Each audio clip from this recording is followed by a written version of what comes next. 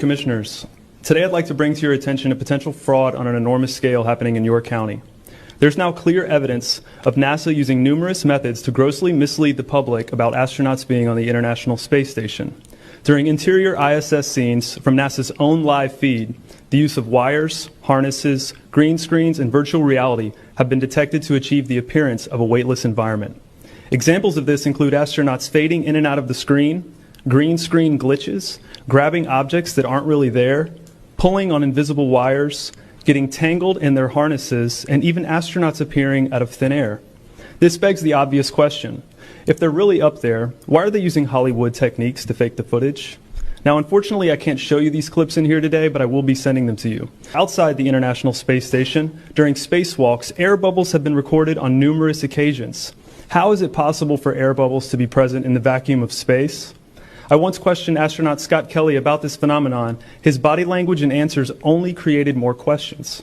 In 2013, astronaut Luca Parmitano nearly drowned during a spacewalk when his helmet filled with water. This happened again just last year. Air bubbles, helmets filling with water, and drowning. Are they in space or are they underwater?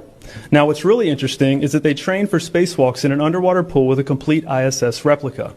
Now, surely they aren't filming these spacewalks in an underwater pool and then editing them to appear if they're in space, because that sure would be something, wouldn't it? I'm calling on the Brevard County Commissioners to open a full investigation into NASA's fraudulent practices and use of taxpayer dollars. It costs NASA $3 billion per year to operate the ISS, and if they don't have a darn good explanation as to why they're faking these videos, I and the public would like a darn good explanation as to where our tax money is going.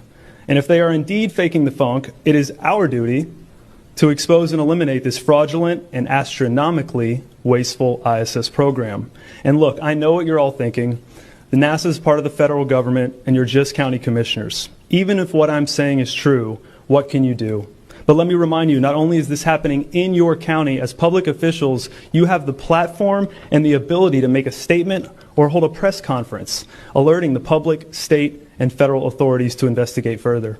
You have the power to start the conversation.